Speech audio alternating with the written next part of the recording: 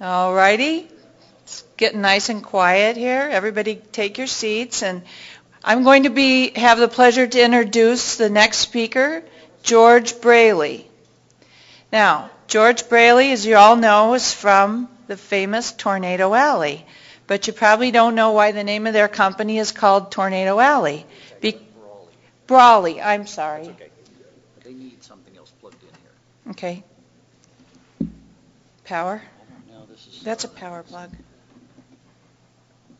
I'm going to put that in the back. That's one of these.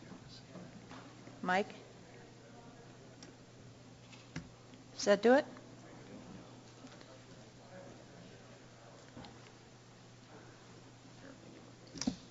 Try that one. Did that do it? They're not. Anything back there, Bob? You got what you want, Bob? Turbo Bob. Nope. Want to try this one? Power? Didn't hear you. Still can't hear him. They're just going to zoom in on the slides. Okay. Okay. Very good. Okay, I was corrected as Brawley, George Brawley, sorry. So anyway, Tornado Alley is named because there's a tremendous amount of tornadoes that go through that part of the country. Now, you might know that, but you might not know that in Ada, Oklahoma is famous for one thing. It was the last time they had a public hanging, 4 men hanging at one time. So anyway, George Brawley has this wonderful course. You can come down there and learn everything you need to know on a weekend about engine management. It's wonderful. My husband went. I'm sorry I didn't get to go. And they had a great time, and he's going to give you a lot of great tips. And if you have any questions, he's got an exhibit down on the exhibit floor. But I do want to say one thing. He has a deep, dark secret that I'm sure he's going to kill me if I tell everybody.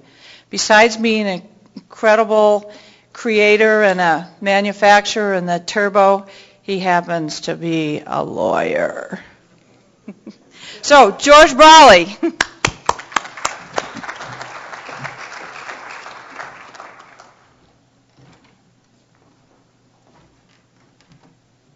Good morning.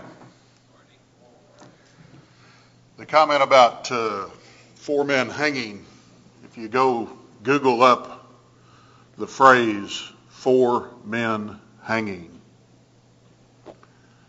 you'll find an interesting reference to a newspaper article in the Ardmore, Oklahoma newspaper. That's not the Ada paper, it's the next town over, on the 20th or 19th of April, 20th of April of 1909. And they lynched in an old-fashioned break-them-out-of-jail lynching, the last of those events recorded in the Old West on that morning. It's a marvelous story about the end of the Old West. And really, the hanging of Tom Horn is probably the second to the last seminal event, and the 4 men hanging in Ada, Oklahoma is probably the seminal event, singular event that marks the end of the Old West. So, we're back and pleased to be here. Want to talk to you today about some interesting developments. As you know, we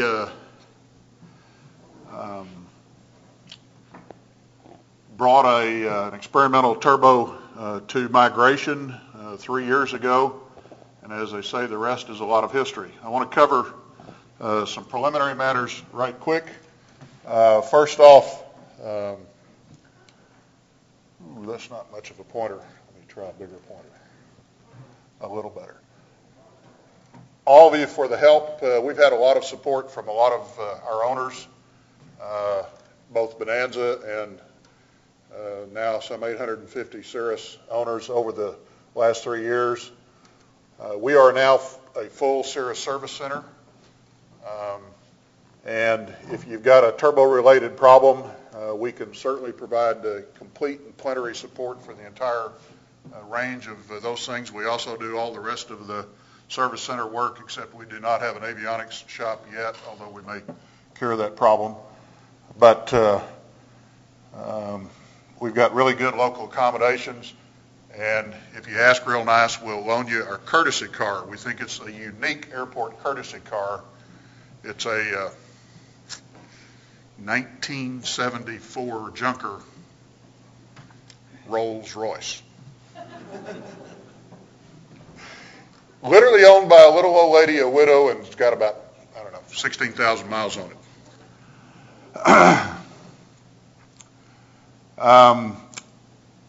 We've got a wonderful new facility. Our director of maintenance is second to none, and the mechanics that we have there have got more experience working on these turbo systems than anybody. We answer a lot of phone calls, glad to do that. We pride ourselves in the support that we give to Cirrus from their regional and national service manager. And at the present time, we are beginning to do some aftermarket turbo installs. There's not been a flood of those because we haven't been able to support them.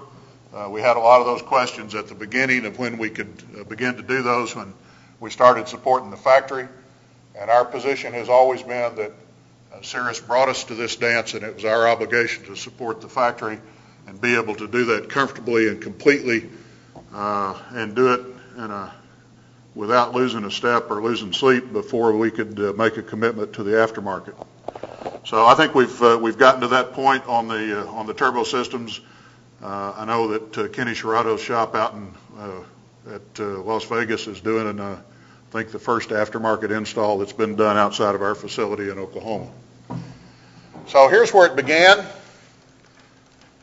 This is actually the first experimental TNSR-22 that we brought here to Duluth for M4, I believe, in June of 2006. And this is the airplane that truly brought high performance single-engine airplanes to the Cirrus lineup and put them in the speed and class range of a Bonanza or a Cessna T210.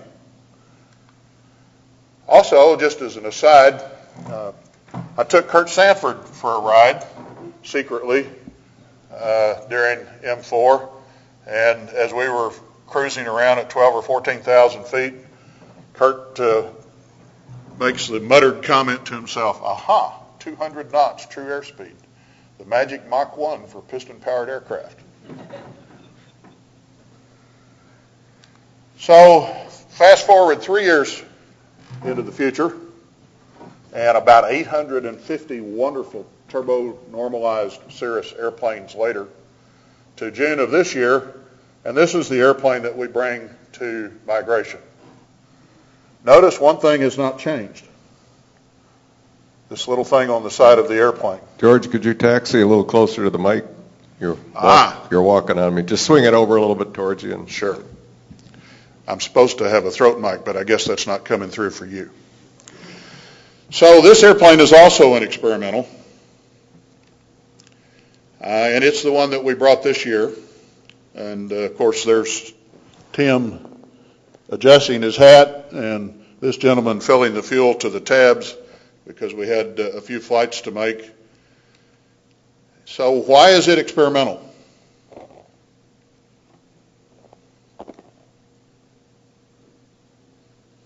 Anybody?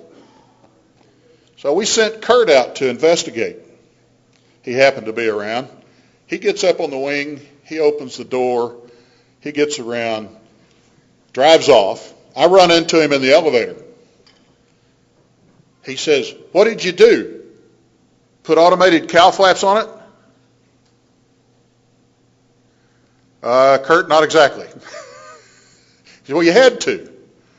Why is that? He said, because obviously you did something to make it go faster or you wouldn't have brought it here. And that's the only thing I can think of because you've already gotten all out of that engine you can get out of that engine. Kurt, that's a fair assessment of your comment?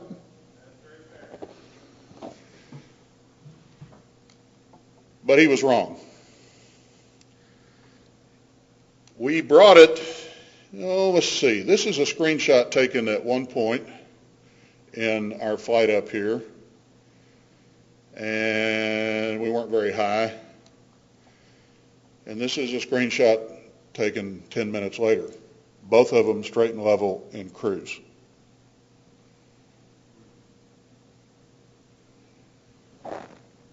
Both of them straight and level in cruise.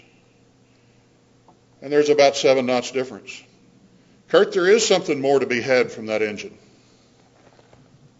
There's a nice 7 knots more to be had. And actually, from a couple of guys at Cirrus that have flown it, one of them says it's like 8 knots, and the other one thinks it's 10 knots. But I think they may be right, but for right now, let's just call it 7 to 10, and that way I won't get misquoted later on if somebody else's estimates turn out to be more optimistic than my observations. So, thank you very much. Where do I leave the lavalier? Oh, maybe you want to know more.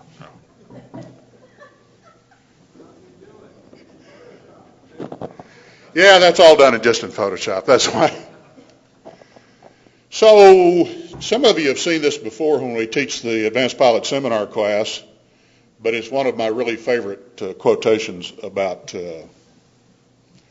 engines and the world that we live in. And it really did start with these guys down in the corner and that unique and perfect little airplane that they flew over 100 years ago. And here's the definition of an engine.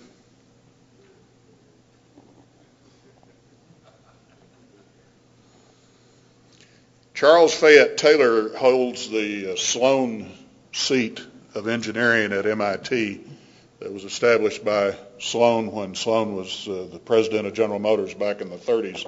And he held that seat for 40 or 50 years, I think. And he's written the seminal textbooks on the subject of internal combustion engines, which, for such an incredibly dry subject, contains several real zingers. Here's another one. In my many years working with engines, I am unaware of any person who has ever complained about an engine with too much horsepower. And of course, as we fly airplanes, that's a universal aspiration of all of us. So here's how we do it. We have this wonderful little device that we have installed on this airplane that we've been working on for a very long time.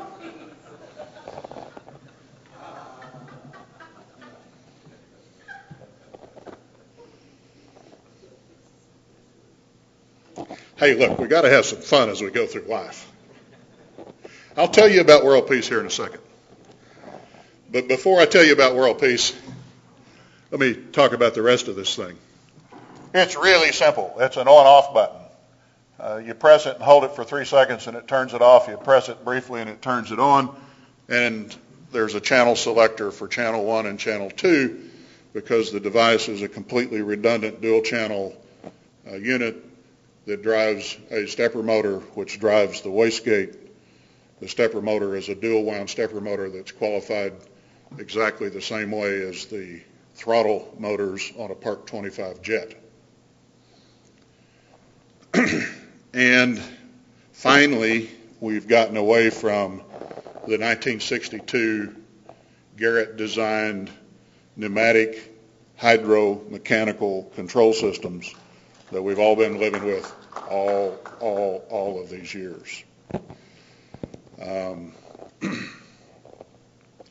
We've got about 40 flight hours on this unit.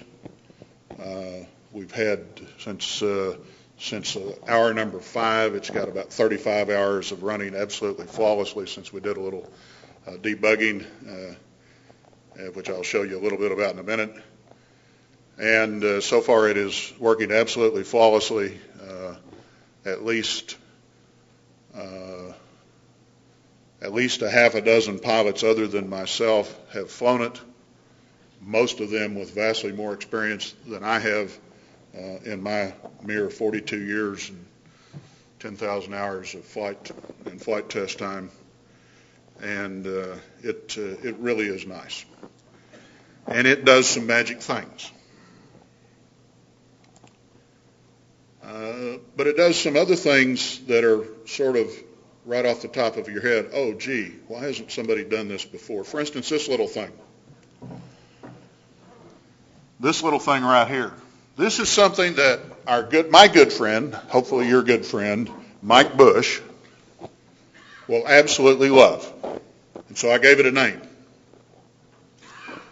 This is the Ask Sam device on this little gizmo. How many people in here have had to ask your mechanic to adjust your absolute pressure controller? Fly serious. Anybody here owns a turbocharged airplane that has not had to ask a mechanic to adjust the absolute pressure controller? Not a single response. That means that there's a 100% uptake on the duty of asking the mechanic to take the cowl off the airplane and guess at where the set point is, depending on whether the oil is cold or hot, or it's a hot day or a cold day, or how calibrated his screwdriver is when he tries to make a 1/16th turn with his flathead screwdriver upside down and forgets that upside down clockwise is counterclockwise, or vice versa, and then has to do it again and again and again. In this case, to get the manifold pressure set correctly, simply get in the airplane, run it up to full power, note the outside air temperature, you go into a lookup table and make the fine adjustment with a screwdriver on the panel, put the plug back in, and you're done once forever. Over the life of your ownership experience, not paying that maintenance bill will pay for the cost of this device all by itself, just in the reduced maintenance effort. In my experience at Cirrus, they typically have to take the cowl off and on 3 to 5 times to get the set point properly set on the 1962 Garrett designed pneumatic hydromechanical control system, and now that gets done with a nice little appropriate screwdriver.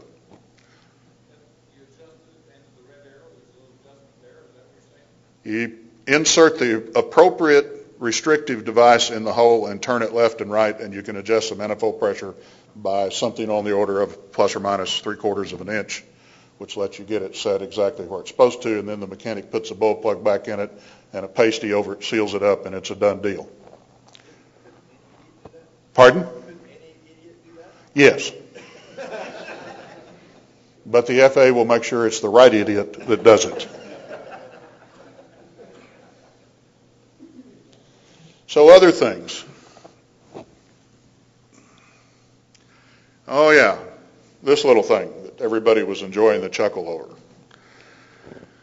It has something to do with this, and frankly you're going to have to indulge me because I'm not going to talk about it very much. But it's really nice and it works really well. And the chuckle story with this goes like this. When the mechanics were installing this on our airplane, they had this little toggle switch that you see right here. And I was out fussing around the airplane, wanting them to hurry up because I was wanting to go fly. And finally, one of our lead mechanics, a young guy by the name of Pacer, turns around and says, "George, how do you want me to label this?" And I said, that's a good question. I hadn't thought about it. It does this, it does that. It's really neat. It's, Pacer, it's better than canned beer. About that time, my cell phone rang. And I caught the cell phone and had to go do something, and I trotted off. One thing led to another, and about 2 hours later, I came back. And I noticed as I came back to the airplane that all the mechanics scattered like, rats or something. They were all hiding, busy turning wrenches, adjusting torque wrenches, over and over. And I look around, I'm looking at the airplane, I look inside, and I see this little switch here. And,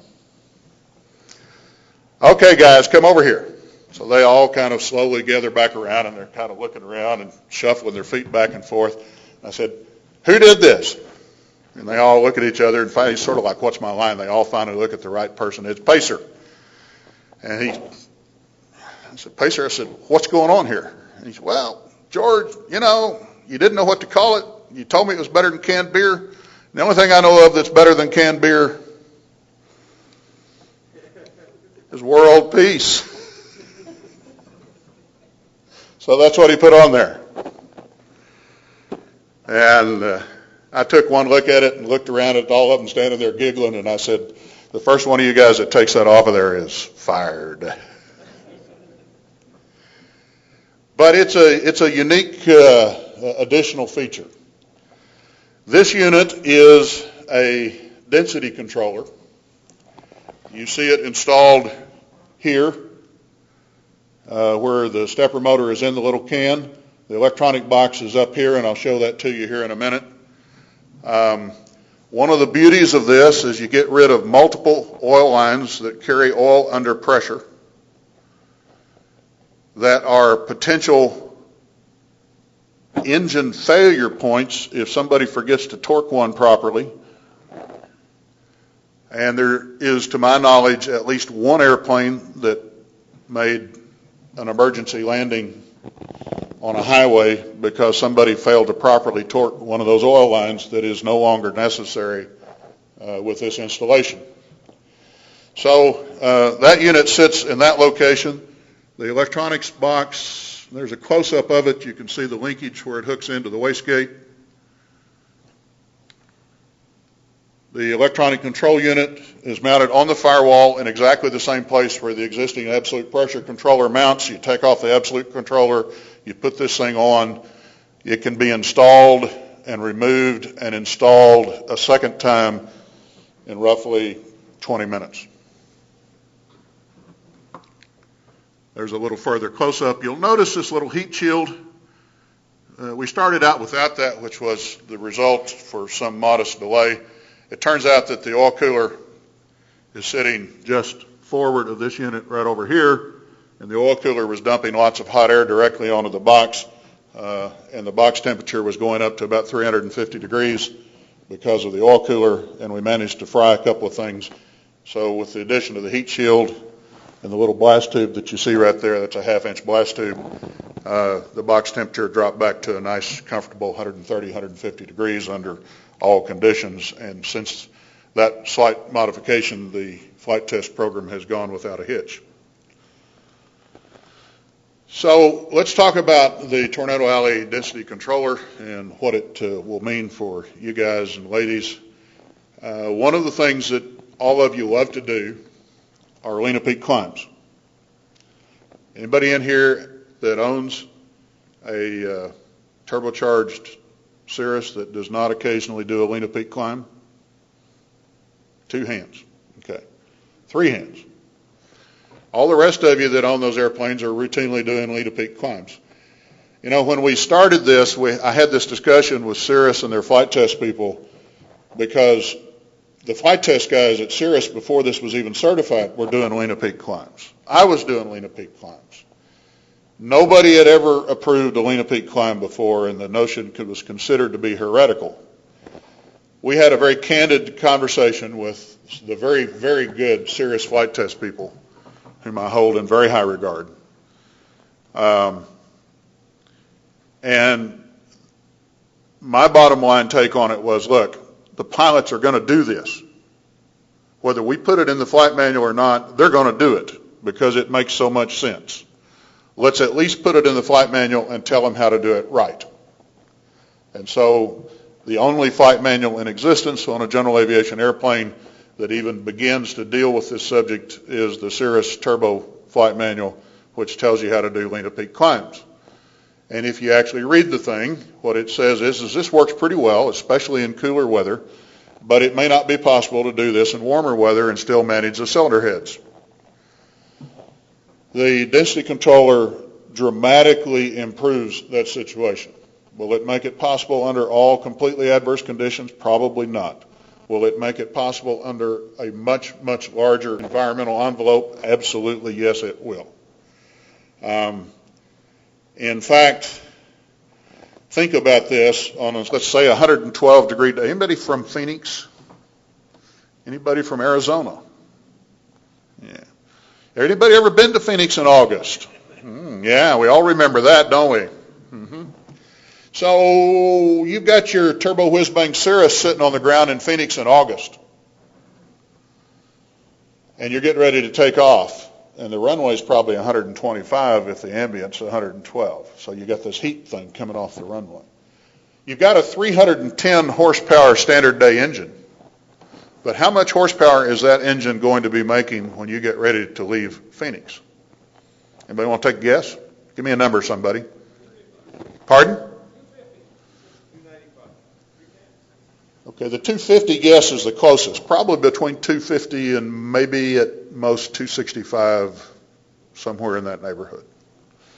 And so that's what you get to use for takeoff and most of the initial climb, or all of it if there happens to be a temperature inversion going on. So if you install the density controller on this airplane, oh, did I mention that when you take off all the 1962 pneumatic hydromechanical controls and the associated oil lines, and you install this thing, the airplane picks up about 2.5 to 3 pounds in useful load because it's lighter.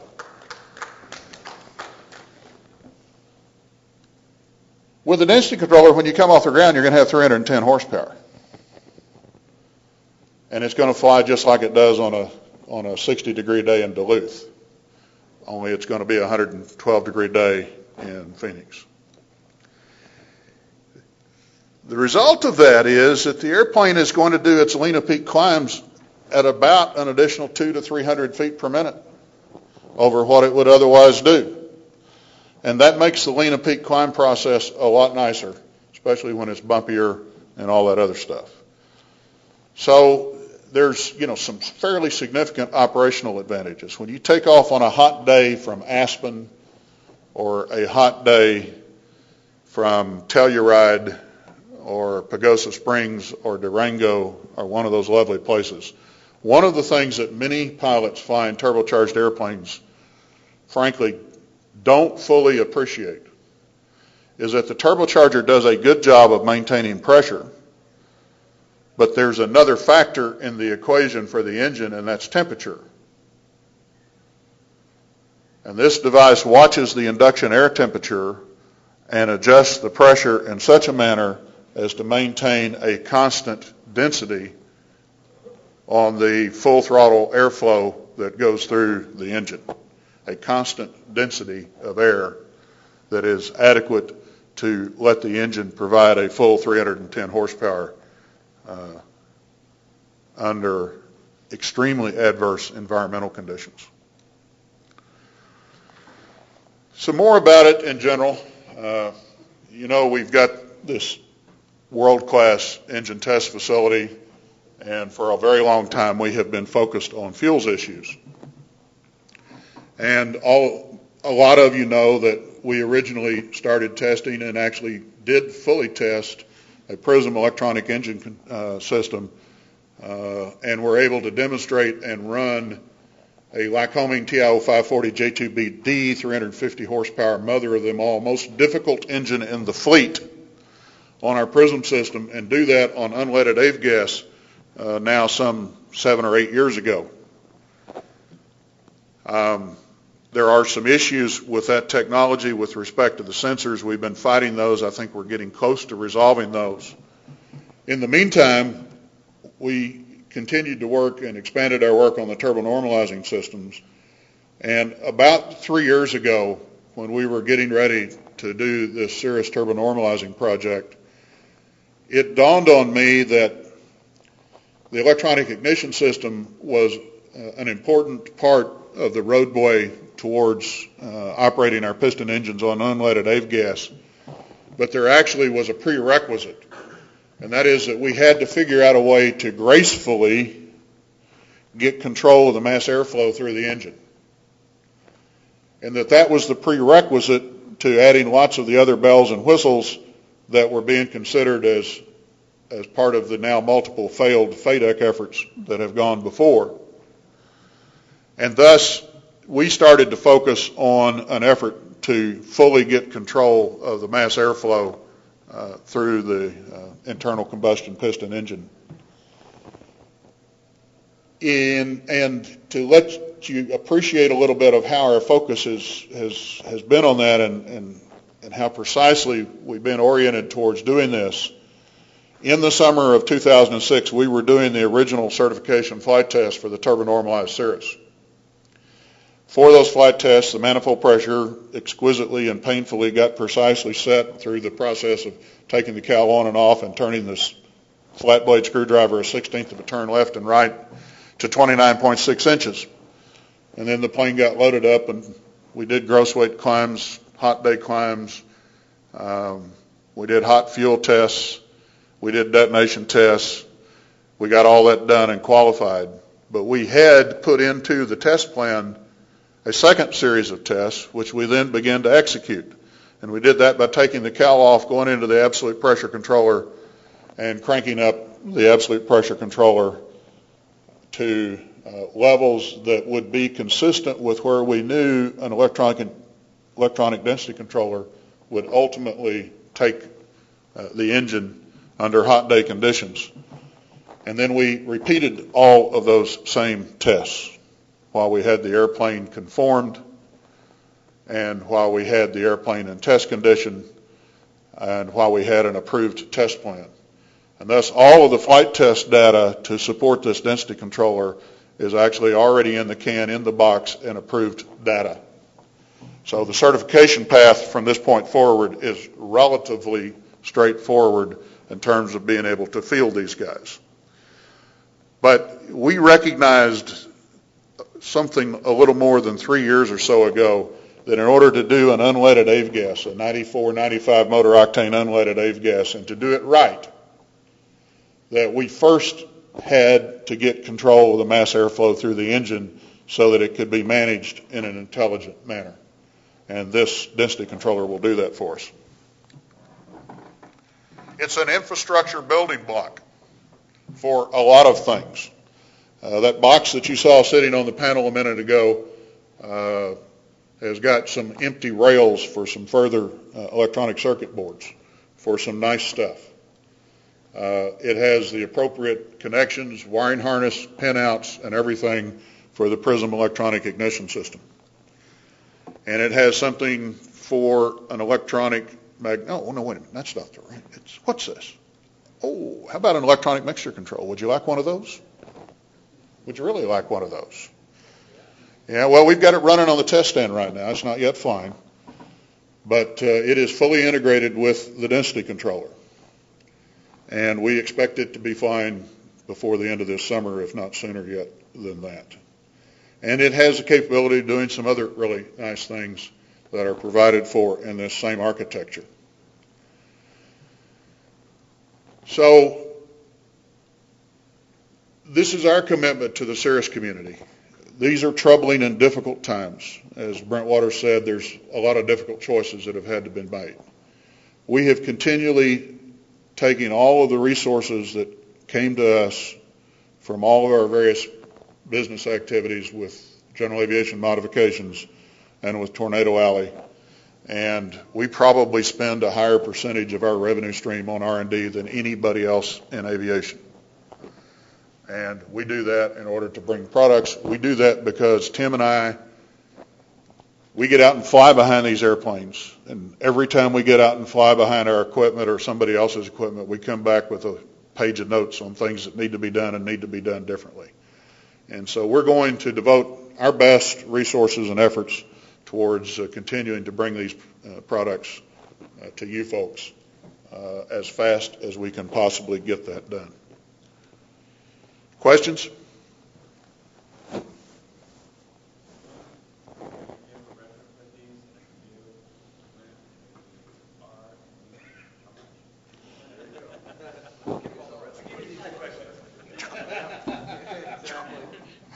Okay, the questions were, when, I'm going to abbreviate his paragraph into when and how much.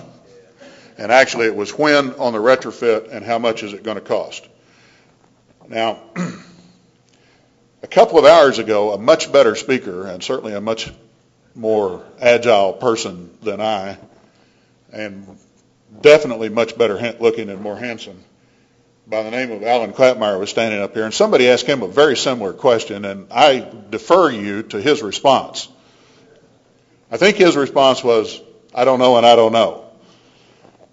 But I'm going to try and hazard to provide a little more information and also let us enjoy this nicely. It's still under development. We think that it's reasonable to look for certification in the fourth quarter of this year or first quarter of next year on this device.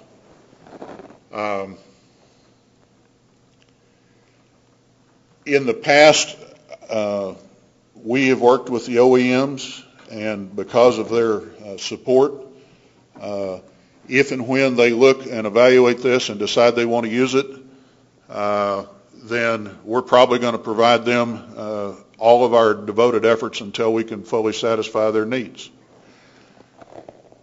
That's sort of the same thing we did with the turbochargers, and I think it was a fair and reasonable disposition. However, because there's a bunch of people in here that I know and that have proceeded and helped us, I am going to make all of you a short and sweet offer.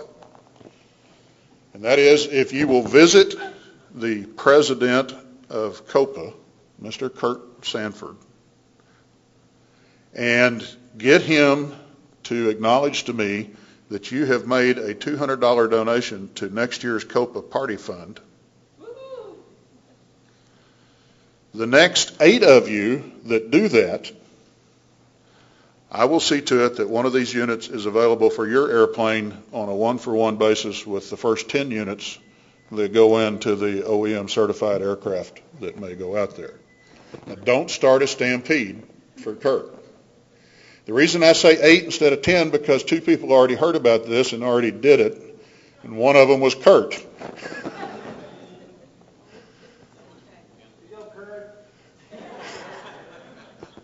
Okay, there's 8. Seriously, anybody in the room that wants to do this before they go out the door can get in on the deal, and we'll adjust the number accordingly. Does that answer your question in a satisfactory manner? Close enough for you.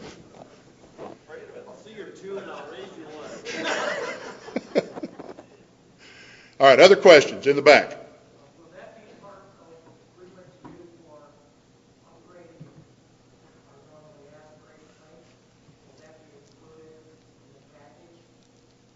Yes, at some point it certainly will.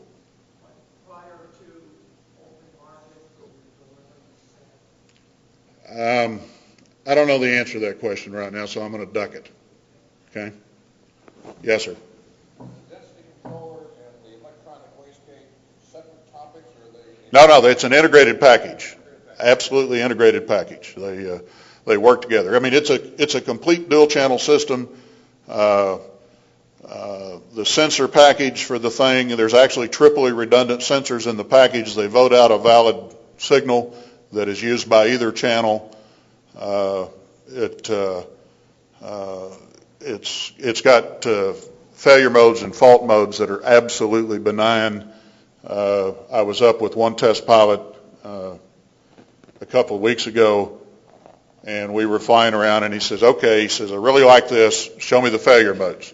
I said, well, you know, it's either going to fail and do something really wild and cause the wastegate to go fully closed, or it's going to fail and do something wild and cause the wastegate to go fully open. And if it does something in between, you're probably not going to care too much. So let's simulate both of those. And it turns out that for testing purposes, I've got a way to simulate those, and I can force the wastegate to one position or the other and then turn the unit off. And when it turns off, when the power fails, the wastegate fails in place. And so we were able to exercise the failure modes in both of those circumstances. And if it fails fully closed, you slam the throttle and the pressure relief valve pops off and it fully protects the engine. And you've still got full throttle control, and you can fly the Atlantic with it failed safely. If it fails wide open, you've basically got a normally aspirated plane at sea level. In fact, we failed it wide open and came back to Duluth and shot an approach and a missed approach with the unit failed wide open with virtually, undetectable consequences to that exercise. So it's got some really, really nice, benign failure modes that are associated with it. Other questions? Yes, sir?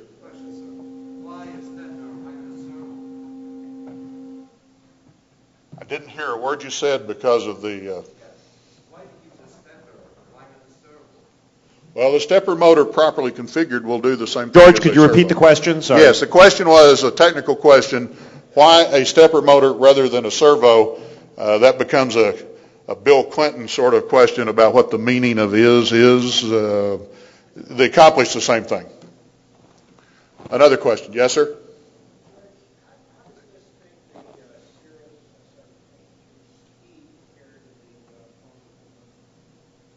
The question, can I kiss you later? The question was, how does this make the Columbia speed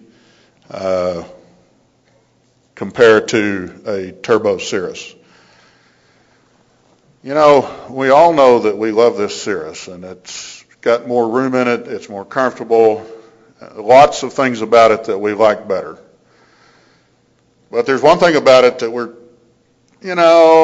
you just don't like having to say, yeah, it's a couple of knots faster, but.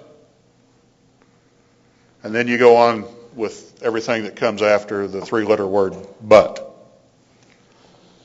You can take the three-letter word but out of your vocabulary in this context of this discussion, because if you are up there and flying along and your friend with his Columbia 400 takes off after you about 10 seconds in trail, and he comes up behind you and he punches the mic button and says, 23 Tango November, we're getting ready to start our formation. Can't you speed it up a little bit? I'm getting ready to pass you. And you can reach over there and engage the density controller, and you can say, hey, watch this. Because this airplane is going to outrun the Columbia in cruise by something in the neighborhood of 3, 4, 5 to 7 or 8 knots.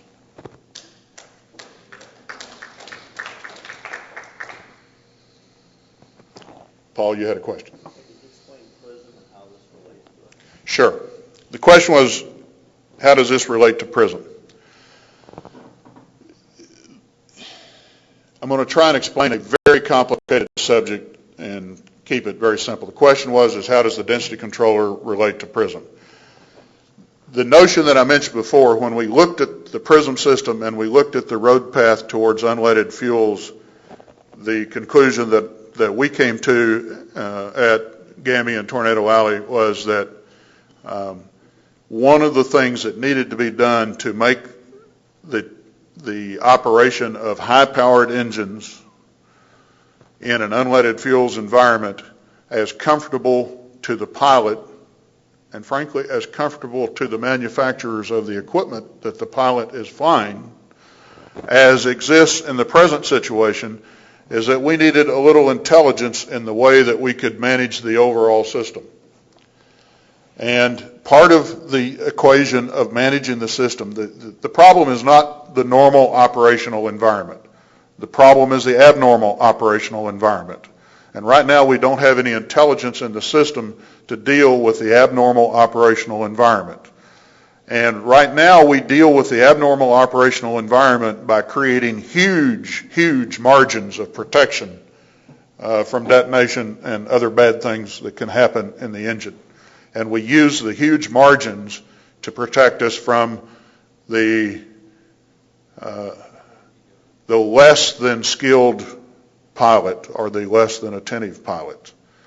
In order to compensate for losing some of those huge margins, we need to build some intelligence into this process.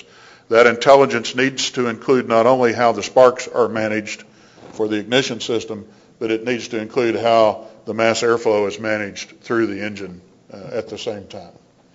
And so the two work as partners. Now, the nice part of this is that all of the sensor package that's in this density controller, that's a qualified sensor package that's spitting out the right information, all of that stuff is stuff that would be needed by PRISM, or it's stuff that's needed by the electronic mixture controller. And so when you start to add some of this other stuff on there, the sensor package is already there and qualified, and qualifying the sensor package is a big deal. And so it makes those other steps a lot easier as we go along. Paul, did I answer your question to your satisfaction? I'm not sure if people know what PRISM does. PRISM is just a means of managing the ignition events in an engine, but it does it by looking at the internal cylinder pressures inside the combustion chamber. And there's some true magic in that process, which I probably don't have enough time to get into. But it's always been the right way to do it. It's just always been difficult to do because of less than perfectly adequate sensors that can withstand the combustion environment inside an internal combustion engine. Kurt in the back. A couple questions coming in from the net. We've got 53 people in from the net. And what additional sensors does this package require, and will there be any modifications required to the Garmin or Avidyne software? Okay, there are no additional sensors. All the sensors that this package needs are included inside the box. It does reach out and look at upper deck pressure, and it does reach out and look at manifold pressure, but that's done through a 3/16 diameter flexible pneumatic line. The sensors are internal to the box. Will it work with the Avidyne? It will work with Avidyne if Avidyne wants it to work with Avidyne. If Avidyne doesn't, there is a fairly straightforward workaround so that it will work gracefully with that system, either with or without their cooperation. The same is also true for the Garmin system. It's hard for me to believe that those folks might be reluctant to do this.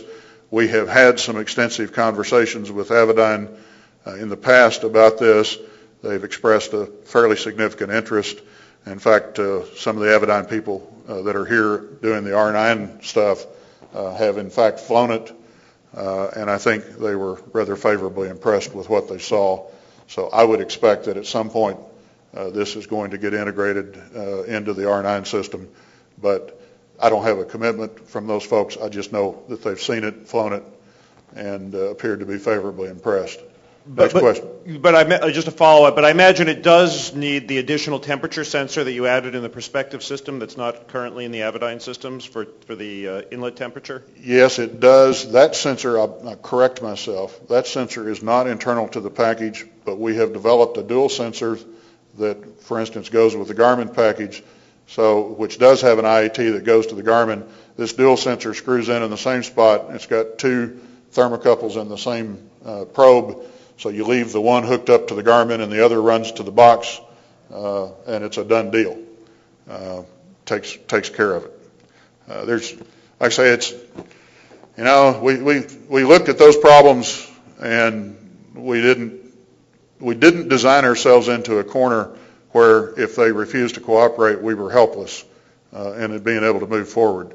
One of the great problems for general aviation as we go forward with these wonderful, wonderful glass panels is that it tends to put the owners at the mercy of the glass panel manufacturers in terms of upgrades and changes and modifications that might otherwise be nice for their airplanes that used to be accomplished by pulling, for example, the manifold pressure gauge out of the panel, sending it to the instrument shop and having them repaint the face of the instrument for $200. That's not quite that easy anymore. But like I say, there are relatively straightforward ways to deal with this in the absence of their full and complete cooperation. Yes, sir?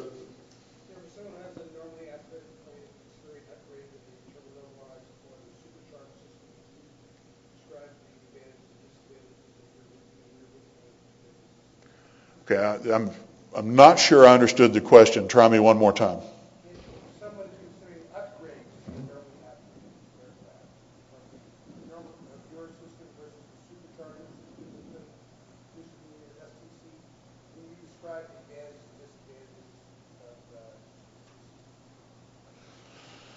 Okay, the question was, can we describe, for somebody considering an upgrade between the turbocharging system and possibly the Rod Sage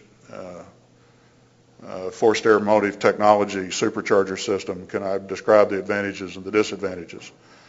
I have dealt with the technical aspects of that with some articles that are posted on the blogs on the Cirrus forum, and it's really devolves into a technical discussion, but let me try and give you my bottom line on this subject. 8.5 to 1 compression ratio engines that have boost from wherever the boost comes from need to have fairly cool induction air. Regardless of where the boost comes from, in order for it to be cool, it needs an intercooler. If it doesn't have an intercooler, it's going to be hot. By hot, I mean it's going to be 165, 175, 180, 190 degrees on a hot day in Phoenix when it's 112 degrees outside. And those kinds of temperatures, in my experience, which I think includes more time in a test stand running fuels and doing detonation testing than anybody else in the North American continent except for two guys at the FAA facility in Atlantic City, is an unwise choice. Did I answer your question? Yes, sir. This seems like, with the speed increase and everything, this would be a competitive advantage for Cirrus even beyond the current system. It seems like this would be something that would advance their purposes as well. Is this been enthusiastically received? Is this something that Cirrus is committed to put on aircraft? Okay, the question was, is this additional speed advantage seems like it would be a competitive advantage and something that Cirrus would normally be enthusiastic about adopting and pursuing. You know, folks, Cirrus has got a long-standing and, in my view, very proper position that they don't talk about new products until they're there.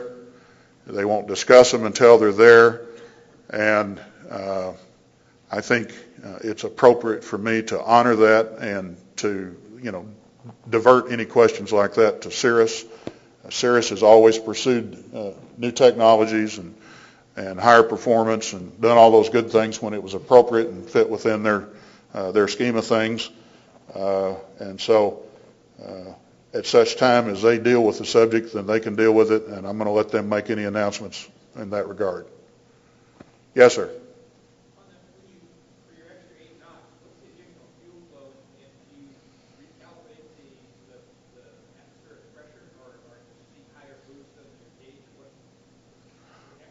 Well, there is no magic to horsepower. It takes fuel. Oh, I'm sorry. The question was, okay, you're getting more speed. What does that do with respect to fuel flow? Is that a fair summary? And the answer is it burns more fuel to get more horsepower. But it burns at Lena Peak, and it burns it at a break-specific fuel consumption that's literally down around 0.375 pounds per hour per horsepower, which is 10% better than a TSIO 550C Columbia engine will do at similar horsepower levels, and is actually down at a level that is almost exactly the same as the real-world numbers that a Teelert diesel engine would produce. Okay? So it's an extremely efficient way. This is a green way to go, folks, because you can do Lena Peak climbs. It's as green as it gets. For a general aviation aircraft. Yes. You're talking in the 18.5 gallon an hour range. Something less than 19. Okay. All right. How much time have we got? Pardon? Okay, thank you. Next question.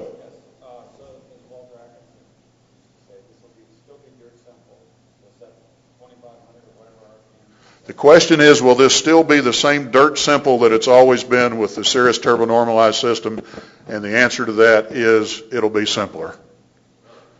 Yeah, you won't end up having to deal with quite as narrow a margin range on temperatures as you did before. It'll especially be simpler on warmer, hotter days. Other questions? Anybody? All right, one more. Ballpark, what is the additional boost you need the Nessie controller gives you for a day that's 15 above ISA? It's an interesting calculation and an interesting the question was, what is the additional boost that's required to make up for the loss of performance due to an unusually high temperature on a hot day? It's a straightforward calculation. It's simply the ratio of the temperature between a standard day and the reference day, or the actual day, and it's that ratio, and you take the square root of it, multiply it times 29.6, and you get the answer. In real world terms, on a hot day in Phoenix, you're looking at 32 and a half, 33 inches.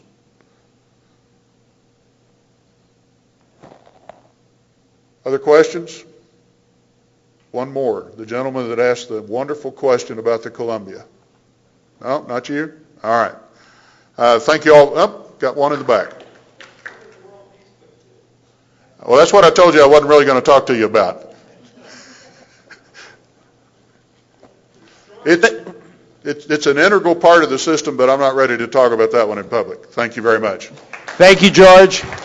Make your donations to Curtis, and Curtis, it's your obligation to give me a list of these guys and their N numbers. We've got you need N numbers also? Okay, everybody who signed up, come back and give me N numbers. I've got a list. I'd like everybody to sign up. We'll get your N number. We'll bill if you don't. It is probably the most convenient way. And then don't worry about the order. We'll randomize the order of the list. Sorry, Bob. So when we give you the list, we'll give it to you in a randomized way. So you don't have to fight over this piece of paper, okay?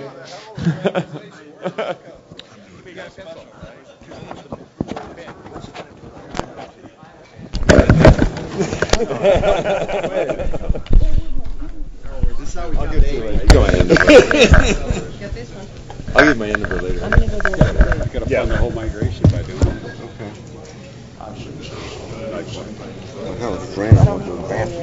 We want, the only other thing we should negotiate is be designated as a computer contributor.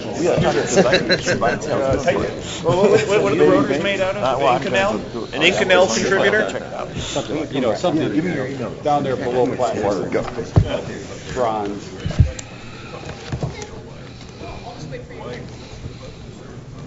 Can't remember what it is. Can't remember.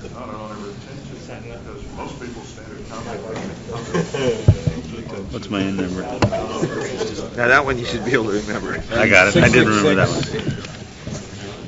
Non-existent warranty when you actually read it. I mean, after the Continental doesn't cover any Kelly turbocharger on a Columbia. Well, at least I knew it had to be electronic. After 6 months.